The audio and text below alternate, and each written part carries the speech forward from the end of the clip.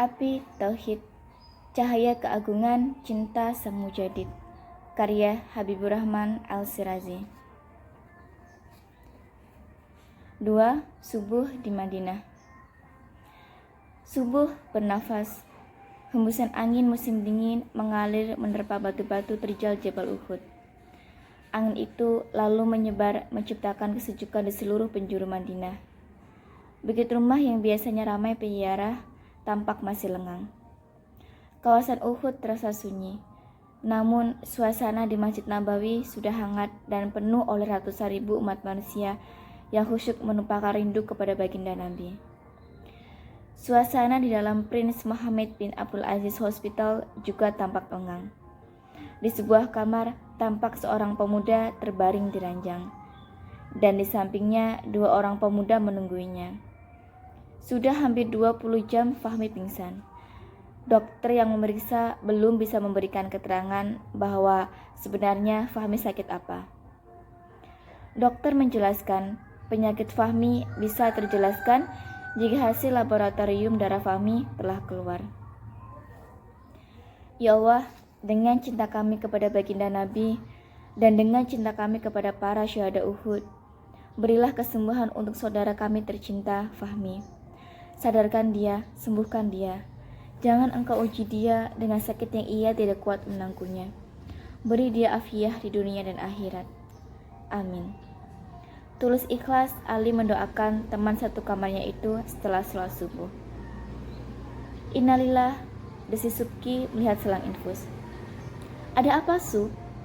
Infusnya habis, darah Fahmi naik ke selang.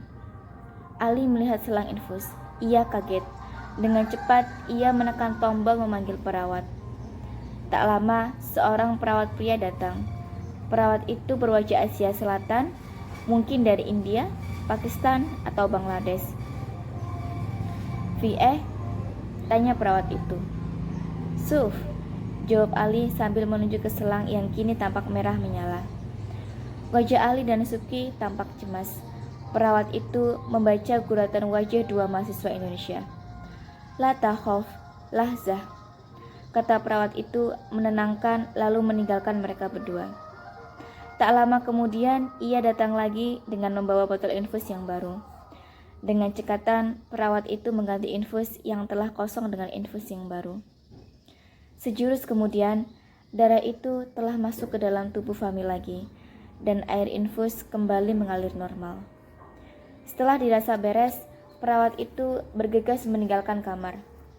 Tapi begitu sampai di pintu, ia menghentikan langkah dan menoleh ke arah Ali dan Subki.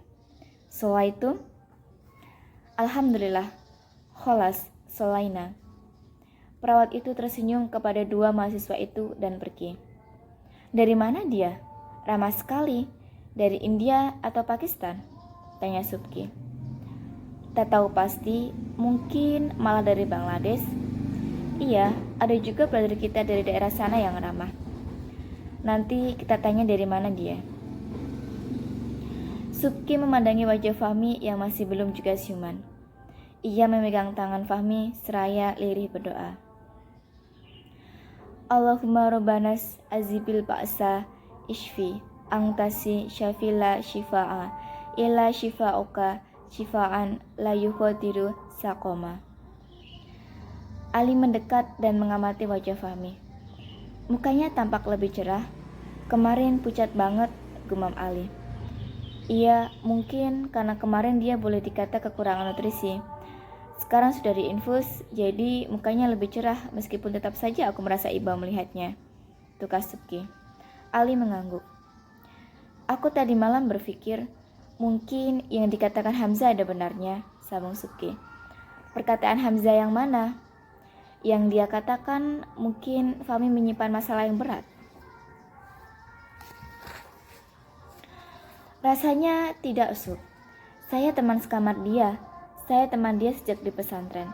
Dia selalu cerita kalau ada masalah." Ali menarik nafas lalu melanjutkan. "Yang kulihat dalam diri Fahmi tak lain adalah keinginannya yang sangat besar untuk menorehkan sebuah sejarah. Ya, menulis sejarah untuk dirinya. Dia memang suka begitu.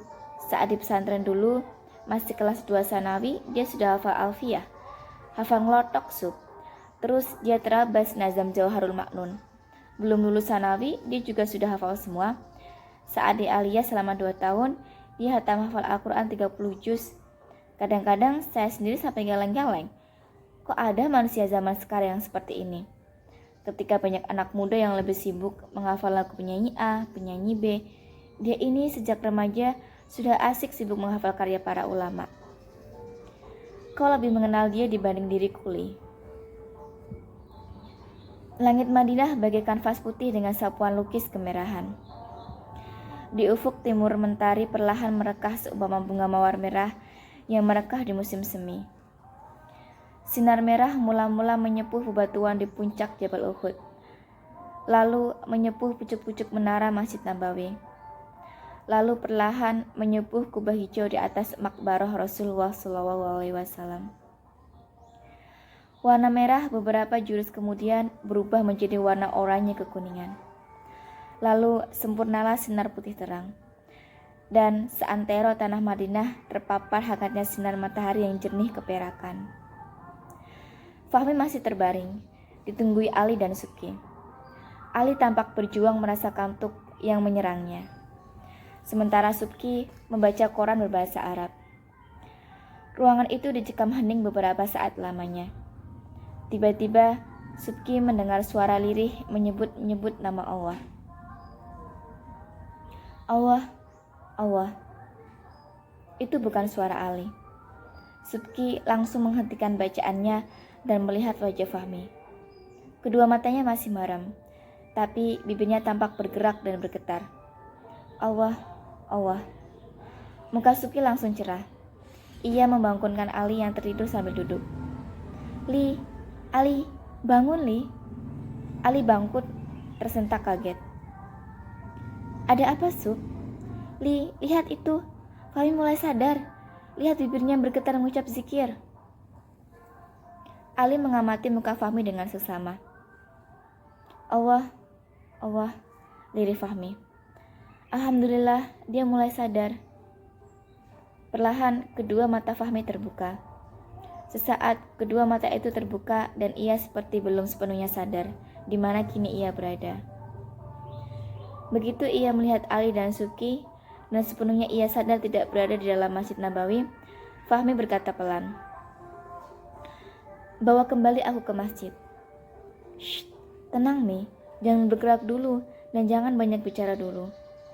"Alhamdulillah kau sudah siuman setelah pingsan hampir 24 jam, jawab Ali. "Aku pingsan?" "Iya. Tapi tolong Li, bawa aku kembali ke masjid. Aku mau selesaikan iktikafku." "Tubuhmu memiliki hak Mi.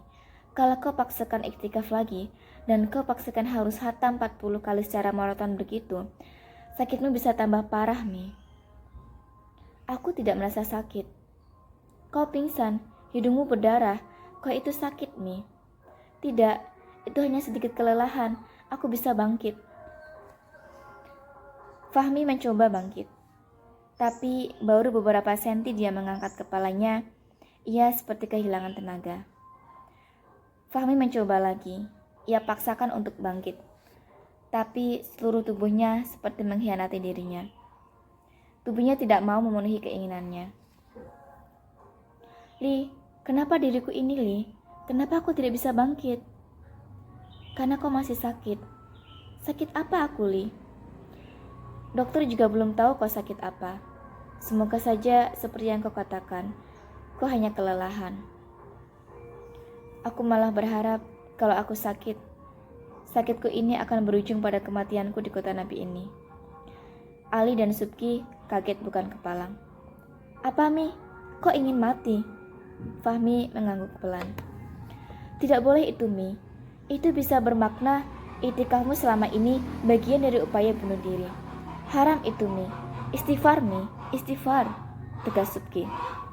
Fahmi menggeleng pelan. "Saat iktikaf tidak ada niat sedikit pun aku ingin bunuh diri. Tidak mungkin itu aku lakukan. Aku orang beriman. Tapi saat ini, saat aku sakit, aku berharap sakitku ini menjadi sebab mati syahidku di tanah haram, Madinah ini. Bukankah orang mati saat menuntut ilmu karena Allah bisa dinilai mati syahid? Ali dan Subki diam tidak menjawab. Bukankah dalam sebuah hadis, baginda Nabi Muhammad SAW pernah mendorong umatnya, kalau bisa memilih tempat untuk mati, maka kita diminta mati di Madinah ini, lanjut Fahmi. Memang ada hadis seperti itu, tukar Subki. Ali menjawab, ada Sub. Nabi bersabda, barang siapa dari kalian ada yang mampu untuk mati di Madinah, maka lakukanlah.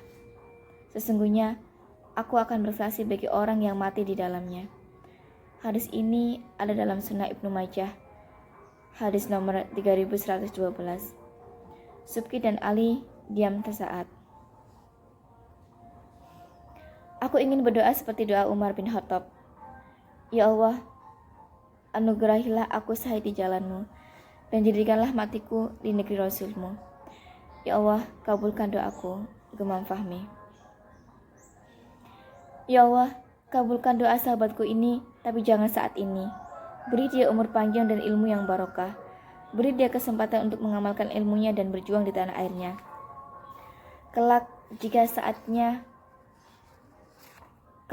jika tiba saatnya, kabulkan doanya. Amin ya robbal alamin. Jadi Ali spontan setelah mendengar doa Fahmi. Mendengar itu, Fahmi meneteskan air mata. Aku yang akan mengalami saja ikhlas mati sekarang. Kenapa kau tidak mengikhlaskan, Li? Beri aku alasan kenapa kau harus mati sekarang. Ayo, beri aku alasan. Kenapa kau egois, Mi? Memasak surga sendirian, nah? Orang-orang di kampungmu itu menunggumu. Kau pikir mereka tidak memerlukan ilmumu? Kau pikir mereka sudah solih, sehingga tidak perlu orang yang mengingatkan? Tapi aku bukan orang solih, Li. Aku juga bukan orang yang alim. Aku ini orang yang lemah, banyak dosa. Karena itulah, sekarang ini mungkin saat terbaik jika aku mati. Kenapa tiba-tiba aku bertemu dengan Fahmi yang lain? Bukan Fahmi yang aku kenal bersemangat. Bukan Fahmi yang dulu saat di pesantren paling bersemangat untuk berdakwah di desa-desa terpencil di pelosok Banyuwangi. Apa yang sesungguhnya terjadi pada dirimu, Mi? Air mata yang meleleh di bibir Fahmi semakin deras. Ini pasti ada sesuatu.